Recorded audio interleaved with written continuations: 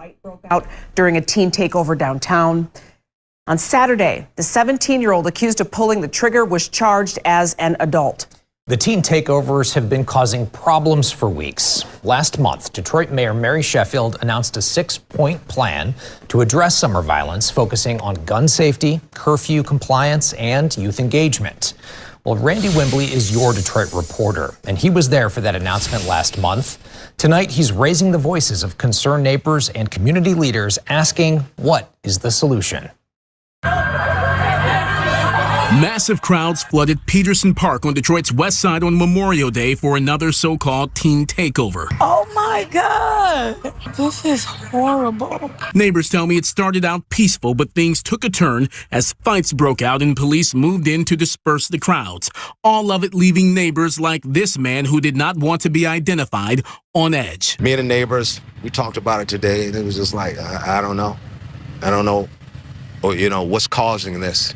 And this is spreading. How serious is it going to get? Yeah. And the summer just began. Where's the next one going to be? Because I feared, started thinking about my property. They need to be able to have fun and do what they want to do, but at the same time, it's getting too dangerous. Parents need to get a handle with their kids. All right, so that's Detroit. Let's check out. There were a few of these. Ugh. Here's DC. And thank you for being with us here at 10 o'clock. I'm Josh Chapin, D.C.'s top prosecutor, rolling out a new plan to crack down on juvenile crime as we get closer to summer break. The U.S. Attorney for D.C., Janine Pirro, says her office will start charging parents if their kids are involved in so-called teen takeovers. My office will aggressively prosecute parents under D.C.'s curfew law. And the specific statute that we will use is a violation of D.C. Code 22-811. This statute makes it unlawful for an adult to enable, facilitate, or permit a minor to engage in delinquent acts. The penalty is up to 6 months imprisonment. Now, this is an issue we have covered extensively, notably in Navy Yard, where 7 News has seen hundreds of teens gathering on the weekends, getting into fights, and in some cases, assaulting police officers. Our Felicia Ashley went into the community tonight, got reaction from people in Navy Yard. So I want to pause there because this is a big deal. This is a big deal. Not unwarranted. It's a big deal, and it's actually something I think is a good thing. So the government is trying to create laws. I think it was starting in Chicago, but now it's reaching D.C. legislature. Might have been Detroit. I'm sorry. Not Chicago, Detroit. But either way, it's reaching D.C. where the penalty is now to take it out on the parents, right? So what's being happened is they're hurting the parents' pockets of these teenagers that decide that this is how they want to have public fun, destroy property, basically act up, right? Basically act like teenagers do. But here's the catch. Here's what I'm saying. We've all been teenagers, right? We've all been teenagers, but there are choices that some teenagers made to, not go with the crowd, to go a different direction. And that's a direct result of the parenting. Not saying teenagers can't have fun, but I think what's happening is that you're seeing a lot of parents that enable this kind of thing, or rather, even not so much enable, but turn a blind eye to this type of behavior. This negligence, this, what they're calling gentle parenting now, you're seeing too much of this kids will be kids mentality.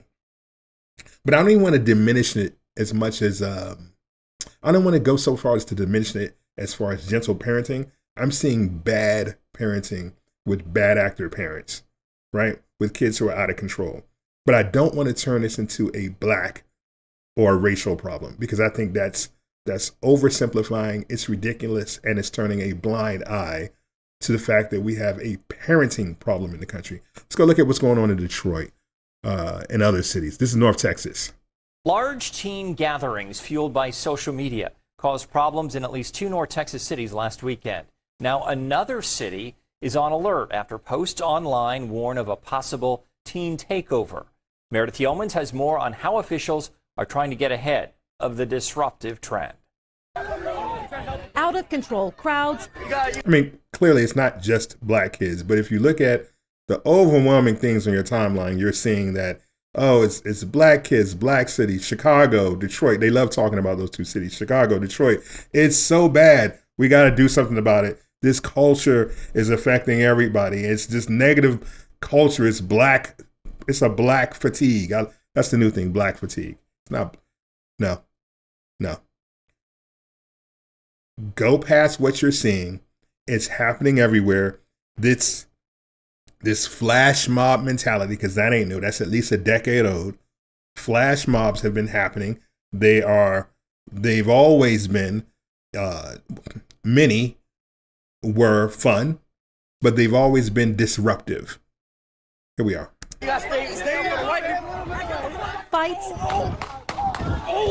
and arrests. Scenes playing out in 2 North Texas cities. And now Mesquite police say they're working to make sure it doesn't happen there. I don't know what's going on. I don't know why these kids are gathering like this, why they're being destructive, but it's absolutely unacceptable. In Salina, police say a social media post drew hundreds to a house party Saturday night. Police shut it down as chaos erupted. And clearly it's not just black kids. Unfiltered, unmoderated social media. Here's another one. Let's do here's Chicago, the infamous Chicago, because Chicago's horrible. Now that was Texas, and again, when you look at the timelines, you type in teen takeover, and you're going to see a ton of reports, and it's always the same visuals. Here's the other one. We just learned from Chicago police that they arrested 53 people, many of whom are facing felonies or disorderly conduct. They also recovered 9 weapons. We're here at 55th and Cornell, which is where 3 teens were shot. Just 2 blocks over is where a neighbor saw several teens surrounding her car, as well as others. 2 more blocks over, you have 57th Street Beach, which is exactly where the teen takeover started. This is a teen takeover, and they better not touch my car. And I mean it. Gilda Norris was livid when she saw hundreds of teens on 55th and Everett in Hyde Park surrounding her car. I saw them going around my car, and my neighbor, they were jumping on his car. So that's why I went outside, sat in my car, turned on the lights to keep them from destroying my car. Norris also recorded as soon as she got in her car. This is ridiculous. You have no idea. My camera's not even doing it justice. Because I'm sitting in my car so they won't tear up my car. Alderman Desmond Yancey of the 5th Ward says this all started at 57th Street Beach. Here you can see a chaotic scene of teens running for an undetermined reason. A source sent us this video where you can see officers on top of the teenager, tasing and choking him while he was being handcuffed. Yeah, this is really hard to watch, especially thinking about it being a young person who's being detained by the police. I mean, see, y'all get it. You got it. So the reason I'm showing these videos, I just felt the need to draw the attention. Is you're just seeing overwhelming swarms of black people, because that's what the videos are showing, right?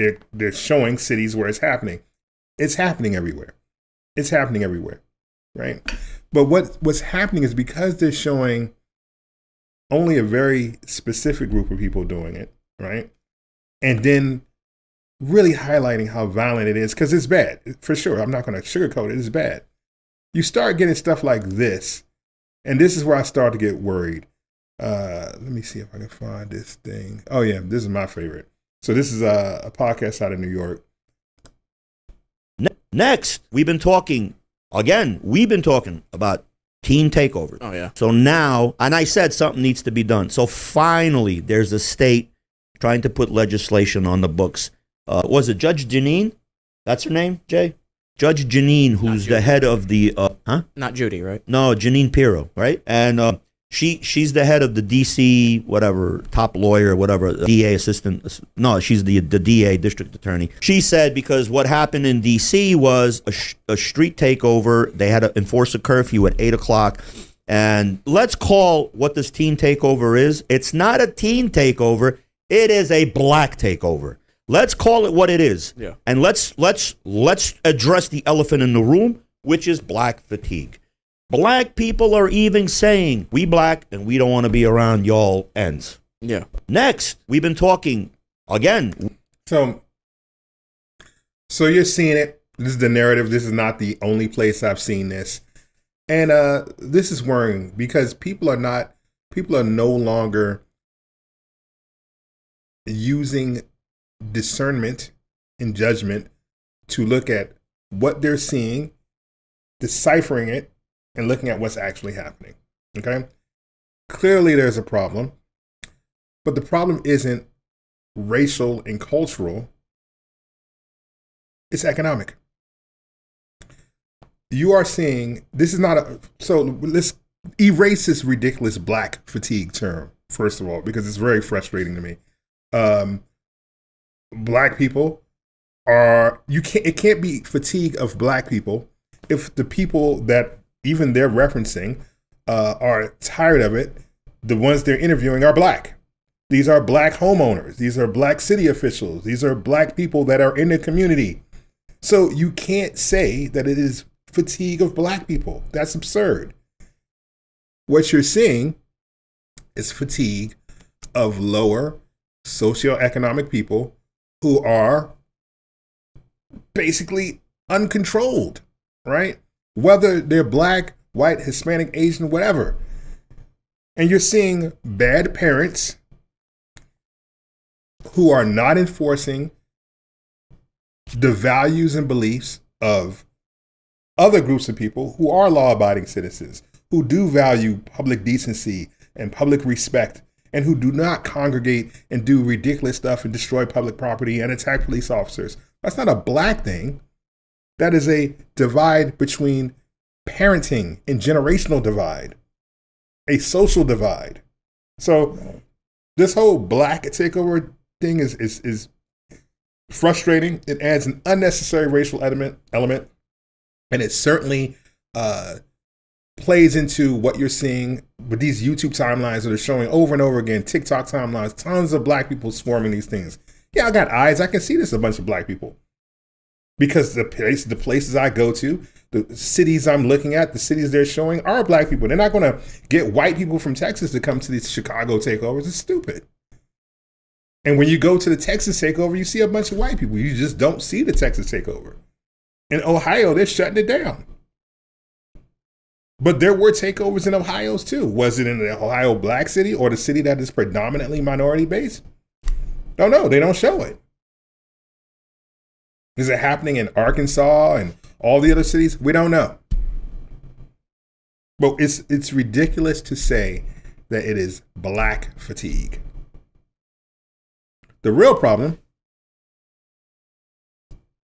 is this fatigue of, let's call it what it is, TikTok, YouTube, the media, social media, constantly creating content and playing to an irresponsible audience, showing the worst behaviors of people.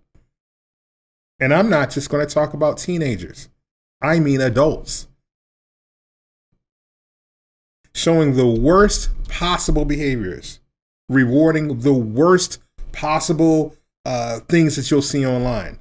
No, less about people doing things. And I'm not just talking about what teens watch. I'm talking about what adults watch too. Media in general rewards bad behavior. And now we're seeing, frankly, the result of rampant, uncontrolled media and social media and an effect on the audience that consumes it more than any audience prior. And this is what that is. People like to blame this. I know another, again, I'm not going to mention this content creator's name. He likes to blame these things on the culture, right? The culture, which is just another word for black. Now, some people use it as hip hop culture, as if this is what hip hop is. Again, I'm a lover of hip hop. I love hip hop. I don't like what modern hip hop has become. But even if we're using modern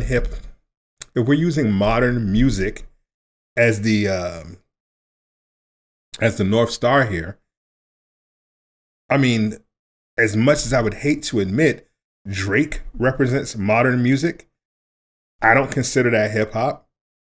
But Drake music isn't pushing this kind of wild, rampant behavior. We're not seeing that from Drake music. And I'm not even a Drake fan. So let's stop blaming it on the culture. Let's blame it on what it is. The type of music that we're seeing, the type of media that we are seeing that is pushed, the little so-and-so, and I know this sounds like old man yelling in the corner, but a lot of the music in the media that we're seeing pushes this kind of behavior. So call it what it is, but stop calling it black takeover. I'm getting annoyed, and it's ridiculous. You agree? Let me know what you think in the comments, but I think it's absurd.